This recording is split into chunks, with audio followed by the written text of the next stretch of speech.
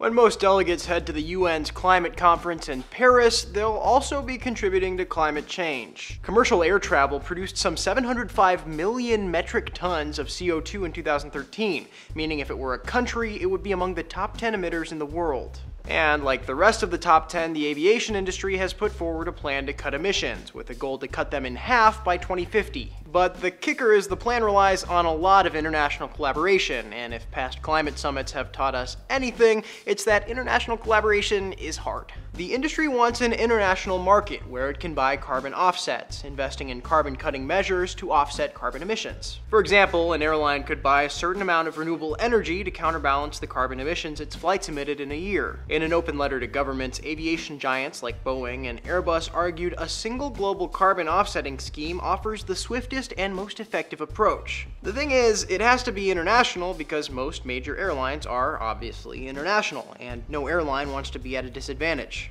The group in charge of coming up with this marketplace would be the International Civil Aviation Organization. The ICAO is a UN agency, but its close work with airlines means environmentalists are skeptical. A lawyer for the Center for Biological Diversity told the New York Times, passing the buck to an international organization that's virtually run by the airline industry won't protect our planet from these rapidly growing emissions. And all indications are, unless there are major advancements in cleaner fuel, those emissions will continue to grow. As the global middle class increases, so does demand for air travel, with global demand rising 7.1% in August year over year, according to the International Air Transportation Association. While countries are meeting to tackle climate change in Paris in December, the next meeting of the ICAO isn't for another year. For Newsy, I'm Sebastián Martínez.